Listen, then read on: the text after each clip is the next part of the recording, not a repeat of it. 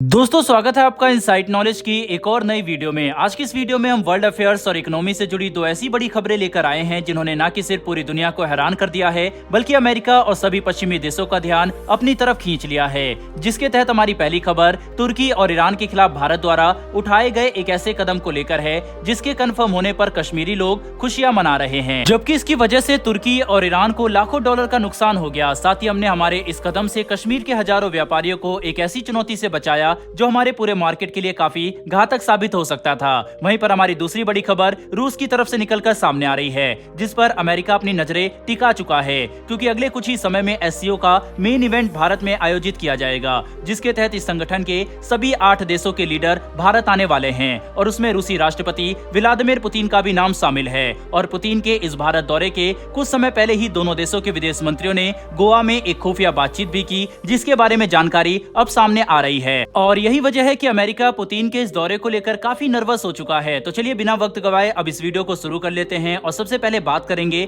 तुर्की और ईरान की तरफ से निकल कर आ रही खबर से। दरअसल दोस्तों द इकोनॉमिक टाइम्स की तरफ से निकल कर आई लेटेस्ट आर्टिकल से इस बात का पता चला है कि भारत ने ईरान, तुर्की और कई दूसरे देशों की तरफ से आने वाले एप्पल पर बैन लगा दिया है, जो काफी बड़ी बात है क्योंकि हमने साल 2021 से 22 के बीच में इन सभी देशों से 385 मिलियन डॉलर के सेब आयात किए थे। वहीं पर तुर्की और ईरान जैसे देशों की तरफ से आने वाले एप्पल अपनी अच्छी क्वालिटी और सस्ती कीमतों की वजह से भारतीय बाजार में लगातार प्रचलित हो रहे थे। लेकिन ये सब देखकर कश्मीरी सेब व्यापारी बिल्कुल भी खुश नहीं हुए क्योंकि विदेशों से आने वाले सेब काफी सस्ती कीमतों पर भारतीय मार्केट में डंप किए जा रहे थे, जो हमारे मार्केट में हमारे ही व्यापारियों के लिए एक बड़ी परेशानी बन गए। ऐसे में इस तरह के सस्ते सेब की डंपिंग देखकर कश्मीर सेब व्यापारियों ने DGFT यानी directorate general of foreign trade को इस घटना के बारे में जानकारी देते हुए शिकायत की कि अगर ऐसा ही चलता रहा तो भारत के सेब व्यापारियों के लिए तुर्की और ईरान के साथ कंपटीशन करना मुश्किल हो जाएगा, क्योंकि यहाँ पर बात सिर्फ कीमत की नहीं बल्कि डंपिंग की है, जो किसी भी मार्केट के लिए काफी खराब हो सकता है। और यही वजह है कि हमने डंपिंग को रोकने के लिए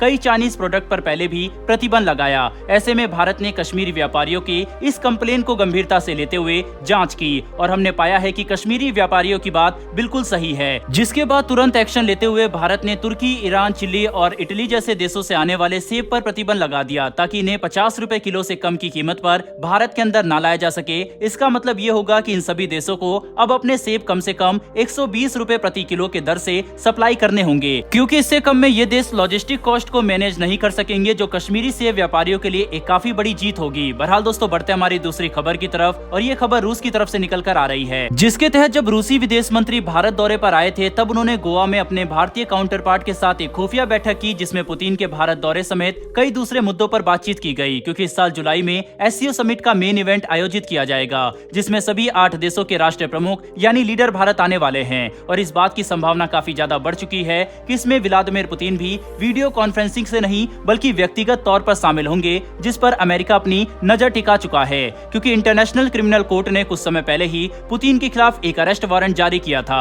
हालांकि भारत इंटरनेशनल क्रिमिनल कोर्ट का मेंबर नहीं है, इसीलिए हम ICC के ऑर्डर को मानने के लिए बाध्य नहीं होंगे। लेकिन क्योंकि इस वक्त सभी यूरोपियन और पश्चिमी देश साथ मिलकर रूस को अलग थलग करना चाहते हैं, इसीलिए वह व्लादिमीर पुतिन को खुद व्यक्तिगत तौर पर भारत आना सभी को काफी परेशान करने वाला है। और खास करके यूक्रेन इस मुद्दे पर भारत के खिलाफ कोई ना कोई बयानबाजी जरूर देगा, जिसकी वजह से भारत भी काफी सतर्कता से सब कुछ प्लान कर रहा है ताकि ये मीटिंग यूक्रेन मुद्दे की वजह से हाईजैक ना हो जाए। हालांकि एससीओ ने यूक्रेन मुद्दे को ज्यादा नहीं उछाला और विश्व के दूसरे जरूरी टॉपिक्स पर ही अपना ध्यान केंद्रित किया, जैसे कि रीजन में आर्थिक और सामाजिक स्थिरता को कैसे बढ़ाया जाए और कानून व्यवस्था कैसे मजबूत की जाए। लेकिन ये देखना काफी इंटरेस्टिंग होगा कि जब जुलाई के शुरुआती हफ्ते में व्लादिमीर पुतिन भारत दौरे पर आते हैं तब पश्चिमी देश की तरफ से भारत पर जो प्रेशर पड़ेगा, हम उसके जवाब में क्या कदम उठाते हैं या फिर इसे इग्नोर करते हुए बस अपनी मीटिंग पर ही ज्यादा ध्यान देते हैं। बहरहाल दोस्तों इस वीडियो में इतना ही, लेकिन सेब के ऊपर भारत द्वारा लगाए गए इस बैन के ऊपर आपकी क्या राय है? क्या ये सही है नहीं? अपनी राय कमेंट बॉक्स में लिखकर जरूर बताइएगा। साथ ही हमारी आने वाली डेली ऐसी वीडियो के लिए चैनल को सब्सक्राइब कर बेल नोटिफिकेशन अवश्य दबा लें। फिर मिलेंगे ऐसी एक नई वीडियो के साथ। धन्यवाद। जय हिंद।